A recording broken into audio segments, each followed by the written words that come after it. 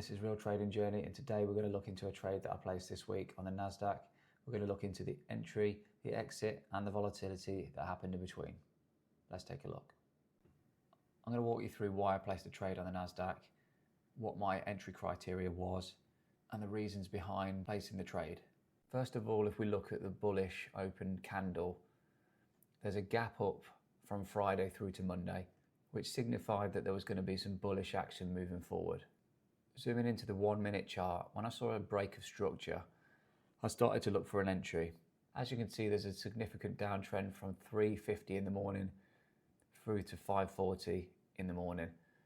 We then took a movement up, which created a lower high. We then bottomed out to create a lower low and a new higher high coming in at 6:33 in the morning. I then placed an entry after I saw this break of structure with a stop loss below the lowest low, which sits at 25,830.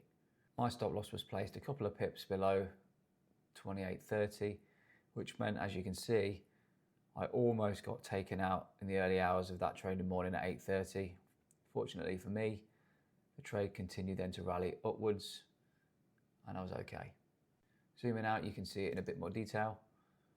The trade continued to rally all the way through Tuesday and into the open on Wednesday. I held the trade with a long-term view of trend following, but unfortunately got caught up in volatility after the rate decision at 6:30 on the Tuesday evening.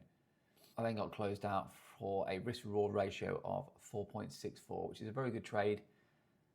But if I'd held that trade for a little bit longer, you would then see that it would continue back to some really nice higher highs.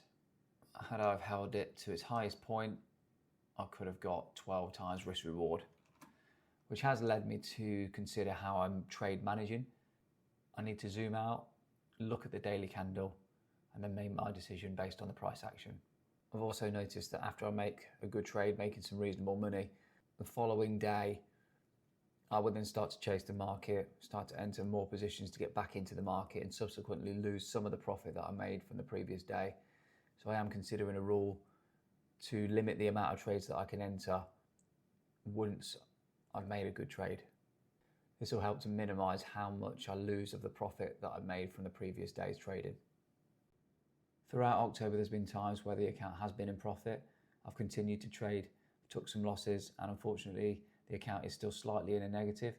However, the method has been good. I've been trading well, and I'm going to continue forward that until I start to make profit in November. Let's see how I get on moving forward. Thanks for watching.